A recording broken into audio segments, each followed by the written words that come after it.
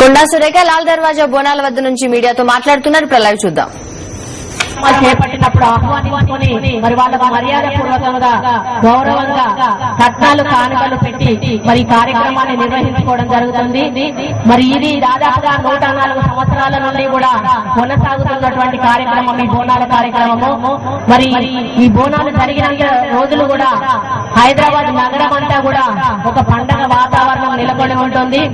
మరి ఈ యొక్క బోనాలు చేసుకోవడం వలన మరి భవిష్యత్తులో ఎటువంటి ఇబ్బందులు కలగకుండా ఉండాలని, ఏవైనా ఆటంకాలు వస్తే తొలగిపోవాలని, మరి కుటుంబాలన్నీ కూడా సుఖ సంతోషాలతో ఉండాలని చెప్పేసి ముఖ్యంగా భగవంతుడు ఎల్లవేళలా కూడా అందరికీ కూడా కడుపు నిండా భోజనం ఇవ్వాలనేటువంటి ఒక ఆలోచనతోటి మరి బోనాలు నిర్వహించుకోవడం జరుగుతూ ఉంది.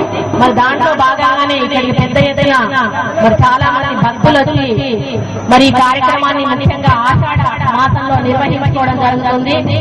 మరి ఈ మధ్య కాలంలో అంటే రాజకీయ వేదిక కాదు, కానీ మనం సమయము సందర్భం లేకుండా బతుకమ్మలు బోనాలు అనేటివి చేసుకోవడం ఏదైతే ఉందో అది నిజంగా నాకు చాలా బాధ కలిగిస్తా ఉంది.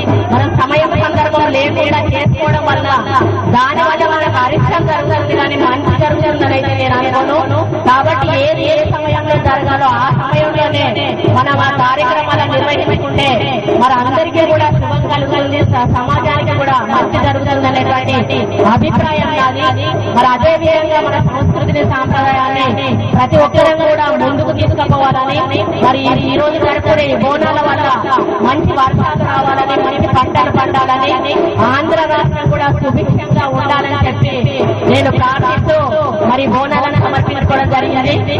మరి ముఖ్యంగా ఈ రోజు నేను దేవుడికి వైఎస్ఆర్ కాంగ్రెస్ పార్టీ నేత కొండా సురేఖ లాల్ దర్వాజాల అమ్మవారికి బోనస్ సమర్పించారు. ఈ సందర్భంగా అక్కడ ఏర్పాటు చేసిన వేదిక నుంచి ఆమె ప్రసంగించారు. ఇంతవరకు మనం లైవ్ చూసాం.